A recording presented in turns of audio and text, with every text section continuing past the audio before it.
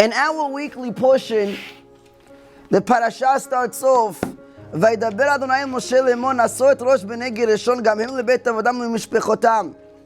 The parasha starts off by mentioning their three prime families of Kohanim, that from them the avodah, the worship in the Bet HaMikdash was done, proceeded by.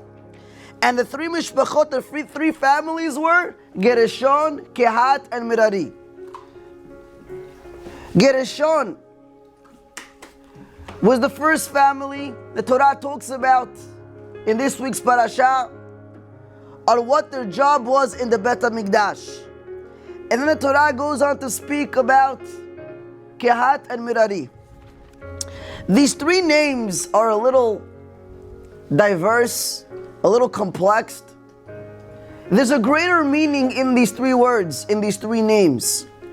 The Gemara says, a name of a person causes his mazal, his characteristics.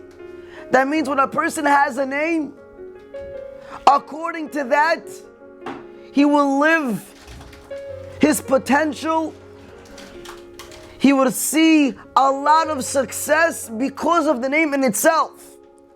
That's why Bnei Israel, when they want to mention by the Brit Milah or by the Sefer Torah to call out their kids, there's meaning to their names.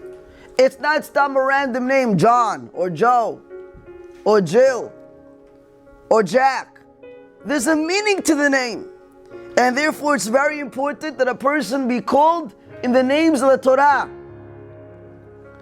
Although you might have a nickname, but it's very important that once a day, people call you by your name.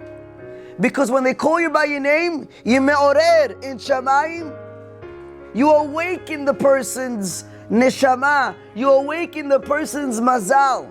And through that, he's able to be successful in his day-to-day life. So if that's the case, what is Gereshon? What is Kehat? And what is Merari? Our rabbis explain there are three types of avodot, three types of approaches coming to worship HaKadosh Baruch Hu. There's a person where it's Merari, it's mad, it's very bitter. It's very hard for him to work. It's very hard for him to come to learn Torah. It's very hard for him to wake up in the morning to go pray. It is very hard. It's Merari, it's bitter. Then there's a person Kehat. One day he prays, one day he sleeps. One day he learns, one day he's over there. He's working with himself. It's a battle, it's a struggle. But he doesn't give up. That's Kehat. Then there's a greater level, Gereshon. What is Gereshon? He already beat the Yetzer Hara. He beat him to smithereens. He kicked him out of himself. He controls himself. He controls his desires. The Ravad writes down, one of the Rishonim, that if a person is eating a meal, what is the most precious piece of meat when you're having a ribeye steak?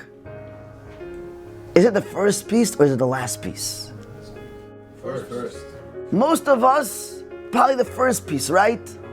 But when you're starving, you're cutting piece by piece by piece by piece. You have the last one, the last piece on the plate. You're eyeing that piece and you're saying to it, I'm going to take you down also. And what happens? Says the Ravad, if you do not eat that piece, it's as if you fasted. You hear? The guy just ate a 5-course meal.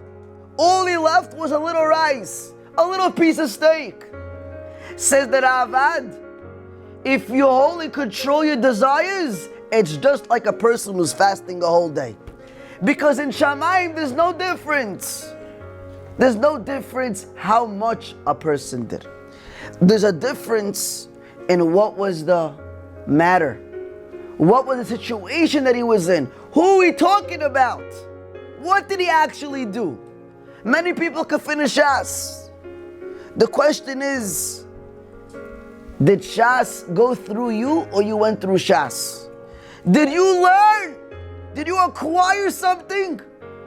Or you came to shul, you learn. Okay, fine, we're up to daf, nun zayin. You have no clue what the Gemara is talking about on the top of the page.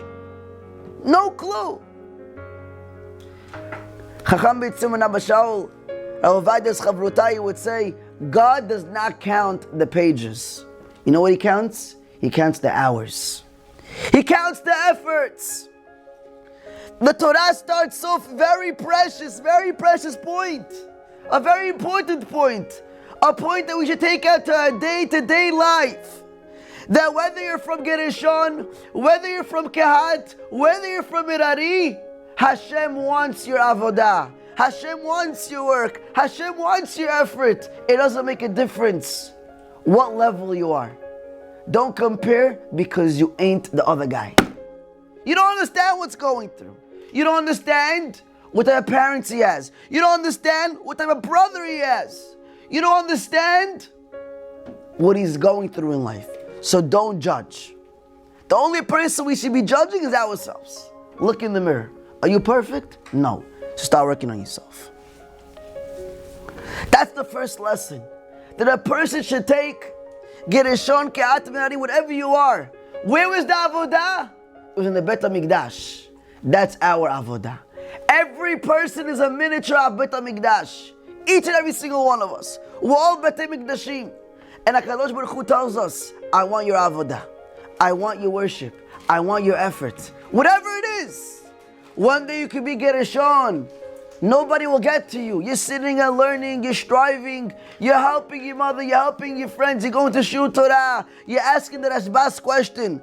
One day, you call the guy, no one answering. Straight to voicemail. The other day, he comes, but he's still on his phone. Hashem says, you all are wanted. You all are wanted, and you're all accepted. To each on their own level.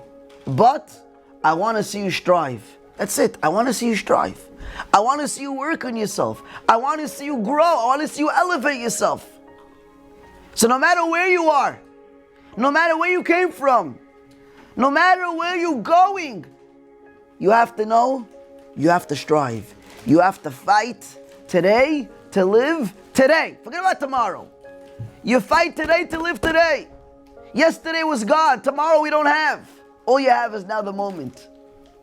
So make this moment a valuable one by growing and striving.